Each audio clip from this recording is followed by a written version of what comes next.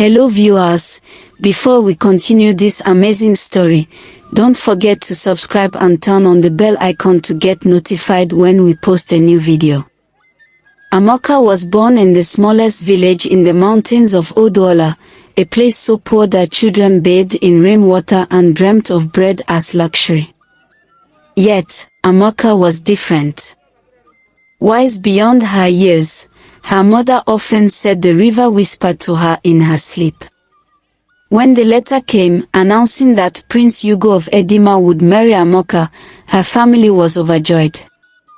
They wept with disbelief as the royal guards arrived with baskets of gifts, and Amaka was taken away, dressed in a beautiful Igbo attire. Her mother kissed her forehead, tears masking joy and fear. Amaka felt unease. But from the moment Amaka stepped into the golden palace, her heart was uneasy. The hall smelled of incense and secrets. The prince never spoke a word to her. One evening, just before dusk, she was led into a chamber she had never seen before. It was round, with walls made entirely of obsidian. A shallow bowl stood at its center, filled with a thick, dark liquid. Prince Hugo stood beside her, and next to him, a priest. The priest said to them, "This is the ritual of binding, a tradition of our people. You will each give a drop of blood. Once joined, you will be royal in both body and spirit." Amaka blinked. "Why must we join blood?" Prince Hugo smiled tightly. "It is the way of Edima. It's how our people honor the gods." But as the blade was brought to her skin, she felt something stir inside her. A voice, a song, called her name from the river. At that moment, Amaka understood. She had been chosen, not as a victim, but as a vessel.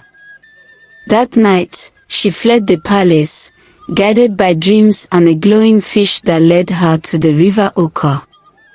There, Queen Lomara appeared, rising from the river with a voice that made the trees bow. "You are not like the others," Lomara said. "You carry no royal blood, yet you hear the river. Why have you come?" "I am not your sacrifice, I am your daughter," Amaka said. And Amaka told her everything. The deception. The stolen daughters. The sacrifices of the innocent. She wept for those who had perished and begged Lomara to stop the curse, not with vengeance, but with justice. The river goddess grew silent, eyes glowing with ancient fury and pain. Her hair flowed like liquid night. She looked not at Amaka, but at the prince. Then, she screamed. The skies cracked open. "You thought me blind. You thought I would be fooled by blood not born of truth. I allowed it, for a time. But this girl, this one, speaks not with lies, but with my own voice. She is riverborn." Everyone dropped to the ground, trembling. Amaka stood tall, her heart pounding, her body soaked in mist and power. "I am not your sacrifice," Amaka said. "I am your daughter." Lomara nodded once, then raised her hand. And the punishment began. The river swelled, lifting Prince Hugo into the air. He hovered for a moment, suspended in a sphere of water, then it collapsed around him, dragging him beneath. His scream echoed once and was gone. Then the river turned to the palace. Rooms filled with treasures and stolen secrets were swallowed whole. Screams rose from the royal court as the flood invaded every chamber. Nobles fled in velvet and gold, but the water was faster and it sought out every last drop of royal blood. The palace turned to salt and crumbled to the earth. Only Amaka remained. With the curse broken and justice fulfilled, Lamora emerged once more and placed a crown of water lilies on Amaka's head. From this day forth, the river will serve you. You are the queen not just of Edima, but of all waters. No one shall ever harm your people again.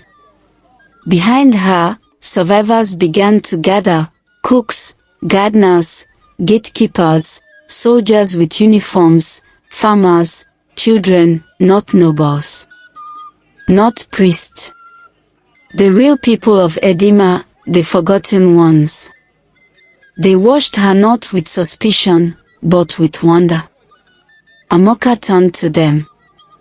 "I am not of royal blood," she said, voice steady. "I was not born into this palace. I came here believing lies. But the river has shown me the truth, and you all saw it, too. The curse is broken. The line of deceit has ended." A murmur spread through the crowd. "The water did not take me because I am not like them," she continued. "I am one of you. And if you will have me, I will lead. Not as queen by blood, but as queen by choice. By truth. By justice."